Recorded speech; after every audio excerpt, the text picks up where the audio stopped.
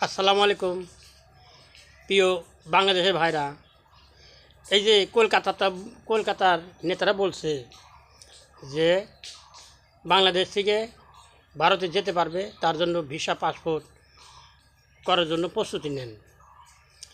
উনিরা আমাদের কলকাতা যাওয়ার জন্য বুঝছেন খুব আপাতত ভিসা চালু করে দিছে। যে আমরা যে কলকাতা যাবো, বাংলাদেশ আর ভারতের যেই পরিস্থিতি, এই টাইমে আমরা যারাই যাই, ওই ভারতের সরকার আঙুরি কি কাক ছাড়ব, খুব সুন্দরভাবে ভালো করে নিয়ে যাব, নিয়ে যাইয়া যে যে হোটেলে ওঠেন ওই হোটেল থেকেই গ্রেপ্তার করা হবে। ততএব সতর্ক হয়ে যান, আপনারা বাংলাদেশ থেকে কলকাতায় কেউ যাবেন না। যদি যান তাহলে কিন্তু ওই দেশে হোটেলেরই মালিকরা আপনাদের আটকা দেবে আর বলবে যে বাংলাদেশিরা আমাদের এই হোটেলে আসে।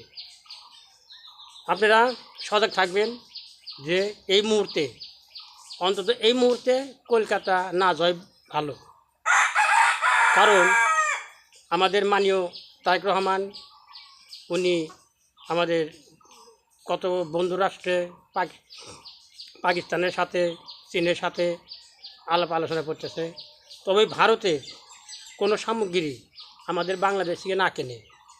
আর আমরা এই যে ভারতের সরকার যে আমাদের গ্যাস চুরি করে নিছে, এটাও আমরা জানতে পেরেছি। কী কারণ, আজ 16-17 বছর ধরে আমাদের বাংলাদেশ থেকে গ্যাস চুরি করে নিতেছে।